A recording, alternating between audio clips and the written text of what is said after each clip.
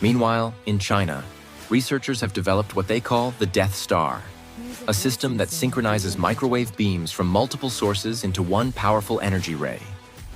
This setup involves 7 platforms, each with its own emitter, working together to create a beam capable of disrupting GPS signals in orbit.